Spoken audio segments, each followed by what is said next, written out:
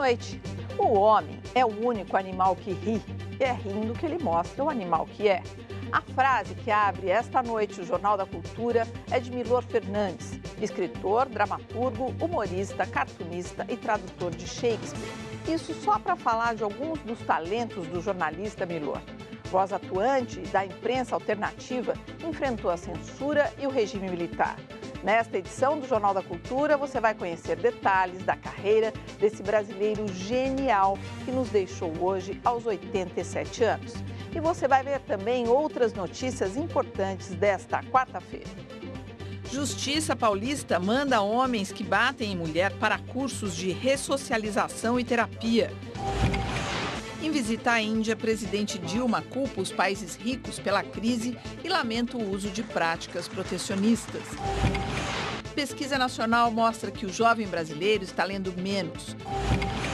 Justiça decide que somente bafômetro e exame de sangue servem de prova contra motorista embriagado. Papa Bento XVI se reúne em Havana com Fidel Castro bem debilitado.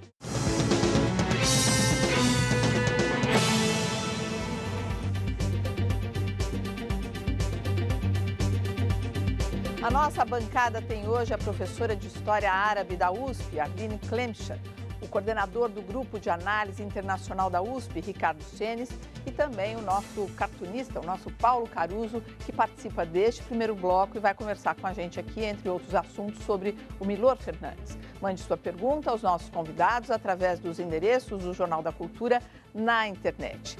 Na base da conversa, um grupo de voluntários em São Paulo consegue 98% de sucesso em uma tarefa dura: reabilitar homens condenados pela justiça por agredir mulheres. Esse aposentado de 70 anos colocou fogo em casa para tentar matar a esposa. Ele alega que era traído. Merecia morrer, porque ela me conhece muito bem como é que eu sou. Esse comerciante de 28 anos agrediu a esposa por ciúmes. Comecei a discutir um xingando o outro, eu perdi a cabeça até que dei uma tapa nela. As agressões aconteceram há um ano. Hoje eles dizem que agiriam diferente. Hoje eu penso que ninguém deve bater ninguém, né? Se hoje, tipo assim, uma mulher me agredir, eu tento relevar, saio fora, né? Eu ia mesmo fazer a bobagem, né? Eu já não estaria aqui conversando com você. Estaria preso, né? A mudança de mentalidade muitas vezes ocorre em salas como essa. Por determinação da justiça, homens que agrediram mulheres têm sido obrigados a frequentar um curso para aprender que ser macho não significa ser violento. Ele participa de pelo menos 20 encontros semanais em que ele vê vários temas, como Lei Maria da Penha, direitos humanos, violência. Não é permitido gravar as reuniões. A demanda pelo atendimento é proporcional aos números da violência doméstica no país. A cada 15 minutos, uma mulher é submetida a algum tipo de violência. 10 são mortas por dia. Quando o caso não chega a colocar a vida em risco, a Lei Maria da Penha obriga o infrator a participar de um curso para se reeducar. Há casos aqui que o homem cometeu violência há 2 anos atrás e só agora ele foi encaminhado pela justiça. Só na cidade de São Paulo, 2.800 homens aguardam na fila, mas apenas 2 espaços oferecem esse tipo de tratamento na capital. Passaram pelo grupo cerca de 100 homens, todos eles encaminhados pela justiça, e destes 100, somente 2 tivemos casos de reincidência. Olha, parece uma boa notícia, porque eu pensei que não tivesse cura homem que é verdade, bate mulher.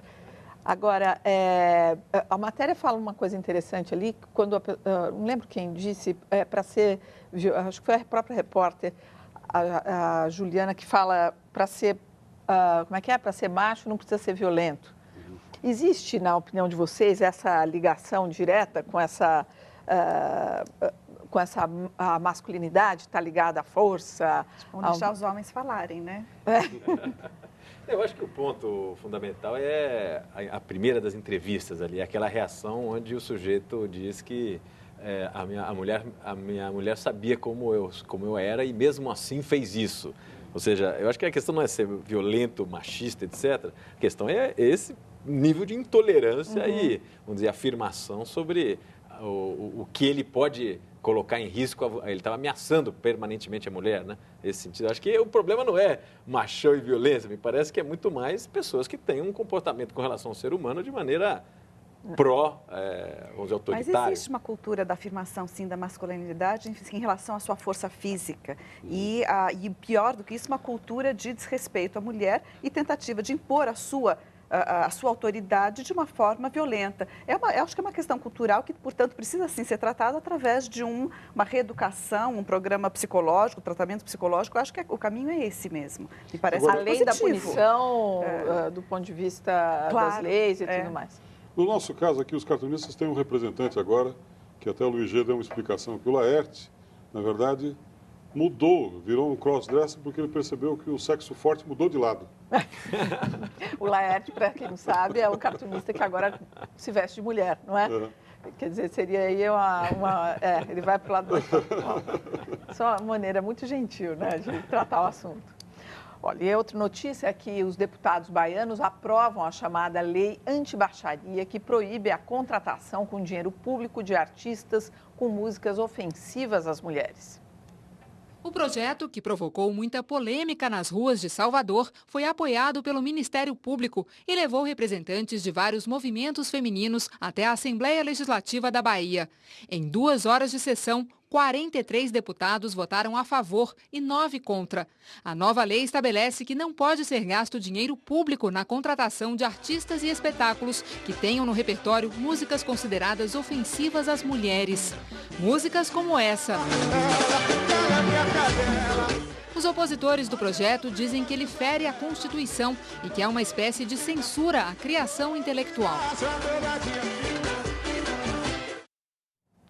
Vocês acreditam que a gente está, nesse caso, é lei demais, é muito atrás do politicamente correto ou não? Que é dinheiro público e tem que ser enquadrado mesmo? Eu acho que o risco é esse, de você fazer uma vigilância do politicamente correto e você vai cercear a liberdade de expressão. Eu acho que é um absurdo isso. Eu tenho um amigo que era um compositor e uma música que eu adoro, e ele não poderia jamais gravar essa música assim. Quando eu chegar no trabalho, se você não estiver, eu vou ficar uma vara, e por aí vai. Bom, isso aí já pode entrar na matéria que a gente abriu o jornal, que é para ser recuperado ali pela ONG. Eu acho que a questão aí, Poli, é o uso do dinheiro público na compra de cultura, né? Na compra de programas, de projetos, o que seja. Tem que garantir qualidade nesse recurso público. Na verdade, não é proibir a compra de programas, de projetos com tais temáticas, né? Você tem que garantir a qualidade desse investimento público e não censurar temas ou de mulher ou de raça. Porque aí realmente, quem vai julgar, né? Como é que você julga se aquela música é a música do Chico... Da Geni, é uma coisa desse lado, o artista. Então, assim, a questão é que tem que garantir qualidade para o investimento público em educação e cultura. E não sair com leis vetando determinados temas. Exatamente, porque é complicado você pensar que tudo, então, agora precisa existir uma lei para tratar de todos os problemas. Quer dizer, deveria ser um bom senso, uma questão de cultura, de valorização realmente da cultura, do que criar uma lei para isso. Eu achei curioso no rebatimento da matéria nos jornais aí, em Salvador, as mulheres passando na rua dizendo, não, o povo é que escolhe isso, quer dizer, não adianta você querer proibir, porque na verdade quem dá autoridade para essa música existir é o povo que vai consumir isso. Então, essa questão do investimento em cultura, melhorar esse nível cultural desse povo para que isso não seja um padrão de qualidade, né, que é fundamental. Quer dizer, hoje, então, se dependesse dessa lei, não ia ter lá, lembra da boquinha da garrafa, que a mulher ia descendo, né? Esse tipo de... O corpo do jornalista Milor Fernandes vai ser velado e sepultado amanhã no cemitério do Caju, na zona portuária do Rio de Janeiro. Há um ano, convalescendo de um AVC, Milor morreu ontem à noite, aos 88 anos. Milor Fernandes morreu em casa, neste prédio em Ipanema, na zona sul do Rio de Janeiro. A causa foi paralisia dos órgãos vitais. Em fevereiro do ano passado, o jornalista teve uma isquemia cerebral e não mais se recuperou. O país realmente perdeu muito da sua graça, né? Com a morte do Chico e a morte do Milor, né? 2 gênios, né? do riso, né? 2 gênios que fizeram realmente o país mais feliz. Jornalista, desenhista, escritor, crítico, tradutor, cronista, dramaturgo, cartunista, pensador, humorista. A lista de atividades e de qualidades de Milor Fernandes não tem fim. Para resumir, ele foi uma das cabeças mais iluminadas que o Brasil já teve. O Jornal da Cultura explica. Tudo tem um quê de especial na história de Milor Fernandes. Morreu aos 88 anos, mas pelo atraso no registro, os documentos lhe dão 87. Perdeu o pai quando era bebê e, para ajudar a mãe, aos 14 anos, já trabalhava na maior revista de informação da época. Até os 17 anos, atendia por Milton. Mas ao buscar a certidão de nascimento, viu que na letra do escrevente, seu nome parecia muito mais com Milor. Assumiu a nova identidade no melhor espírito carioca, que sempre cultivou. Você vai ao cinema, você vai ao teatro, você lê um livro, mas onde você gasta a sua vida prazerosamente é em conversa fiada, é ou não é? Desenhista premiado, cartunista sagaz, Milor Fernandes escreveu 50 livros e 20 roteiros de filmes. Traduziu Shakespeare, Molière e Sófocles e criou uma dezena de peças teatrais. Uma inteligência iluminada que provocava admiração em todos. Você aceitaria ser presidente com missão, como dizem os militares? Convocado para a missão? Nem amarrada. Nos anos 70, dirigiu o Pasquim, afrontando a censura e os generais que comandavam o país. Na redemocratização, também não poupou os novos partidos e governantes. Suas análises sarcásticas soavam como uma crônica dos costumes dos políticos. Coroava seu olhar particular, quase sempre com uma frase sintética e brilhante. Eu tenho uma frase que eu gosto especialmente, inclusive pela abertura da frase, chamada frase aberta, que não tem, é assim, livre como um táxi.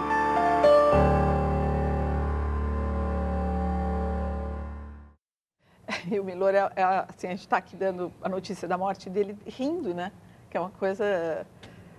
hoje, quando a gente estava preparando o jornal e separando algumas frases para colocar ao longo dessa edição, toda hora a gente fala assim, puxa, por que eu não tive essa ideia? Diz que é aquela sensação de não ter pensado, né, como ele pensava, que era um jeito muito particular. Mas ele também era muito machista. Uhum.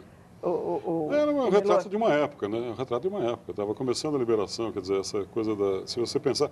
O Luiz Fernando Veríssimo escreveu um artigo ótimo, que diz o seguinte, se você pensar, as mulheres são o gênero que evoluiu mais rapidamente na história da humanidade. Se elas não votavam em 1920, começaram a votar, hoje já são presidente da República, coisa tipo. Dentro de pouco tempo, só vai sobrar uma condição para nós, homens, uma profissão. Drag queen. Não, eu falo isso porque tem essa frase dele, né? Que o melhor movimento feminino é o dos quadris. Uhum. Então, que é um retrato de uma época, ou então de um tempo que ele pensava, ou pelo menos se divertia com isso. Agora, eu acho que o trabalho do Milor, ele primeiro tem essa condição de órfão desde pequeno, né? Já criou uma situação para ele de ir à luta, né? De ter que se virar e se estruturar sozinho. Uma coisa que ele contava é isso, que foi morar na casa dos tios, né? No primeiro jantar, tinham 6 bifes para 7 pessoas. Ele perdeu. No segundo, ele pegou o primeiro bife, né? Então, essa coisa foi estimulando nele um egocentrismo, uma noção de que ele dependia dele para se virar, para se viver. Abdicou da religião também em função da orfandade. Acho que a tristeza inerente a essa condição fez com que ele abdicasse da crença religiosa. Tipo. E aí ele vai ser um cara a todo momento, quer dizer, com 13 anos ele começa a aparecer no jornalismo, no Cruzeiro, tipo, com 18, 19 anos ele já tinha uma coluna que era o Pif Paf, né? E que você trouxe aqui eu até trouxe isso aqui foi depois, porque no Cruzeiro ele publicava a coluna dele que era o Pif Paf. E aí, quando ele está de férias, viajando, ele vê um rapaz narigudo que se aproxima e diz, você viu o Cruzeiro hoje? Dá uma olhada. Era o Juca Chaves que encontra com ele em Lisboa, tá dizendo, você foi demitido. E aí o jornal, a revista publicou a demissão dele, ele ficou sabendo disso lá fora. E ele tinha uma coluna que era o Pif Paf. Então, os amigos, em desagravo ao que aconteceu com ele profissionalmente, ajudam ele a criar essa revista que é o Pif Paf, né? E que vai ser... ele só teve um processo aqui na escolha da data para lançar, porque ele lançou essa revista em junho de 1964. Não era um momento muito feliz para isso, né? E aí o último número é este, né? Que ele publica uma advertência no final, dizendo se o governo continuar permitindo que certos jornalistas falem eleições, se o governo continuar deixando que determinados jornais façam restrições à sua política econômica, se ele continuar permitindo que uma publicação como essa circule com toda a sua reverência e crítica, dentro de breve tempo estaremos caindo numa democracia. Esse foi o último número. Então... Agora, para a tua geração, a retirada de cena do Milor pode trazer para vocês, pode repercutir na produção artística aí de vocês, ou isso já está consolidado e fez parte de uma formação? Eu estava vendo até o Zé Ventura falando isso, que o Brasil perdeu a graça em função do Chico e do Milor terem deixado, mas enquanto houver Jaguar, há esperança. O Jaguar, o Ziraldo, essa geração brilhante aí, que de alguma maneira cravou, e o próprio Milor, na verdade, ele é eterno, ele cravou. Se existe uma diferença entre o artista e o ser humano mortal, né, é que o artista, quando morre, vira obras completas, vai continuar sendo analisado, vai continuar presente. E a gente tem nas frases dele, essa coisa que você citou, e a possibilidade de você ter o Milor no site dele, Rede Vivo, republicando essas frases que são atualíssimas, né? Tem uma delas que eu estava até lembrando, essa aqui, o dinheiro é o cartão de crédito do pobre. Para encerrar, Paulo, aqui a tua participação no nosso jornal. Desenho que eu acho que ele fazia, ele namorou essa questão das artes plásticas. É uma homenagem que você vai fazer? É uma homenagem a ele, de um quadro dele, é uma criação dele, que eu vou reproduzir aqui, muito singelamente. Era um quadro de 2 metros de altura, 1,70 m de altura, por exemplo, e com isso aqui. É uma coisa conceitual, mas fala muito do que é Milor Fernandes. Aqui você vê de longe, né? Está escrita a palavra eu. É o E, né? E o U aqui, na verdade, é o egocentrismo dele. Ele era o centro do universo. Que bom. Obrigada pela tua participação. Eu que agradeço. E a gente segue aqui com o nosso jornal, que a seguir vamos falar que a Câmara aprova texto base da lei da Copa. E mais, na Índia, presidente Dilma volta a culpar os países ricos pela crise.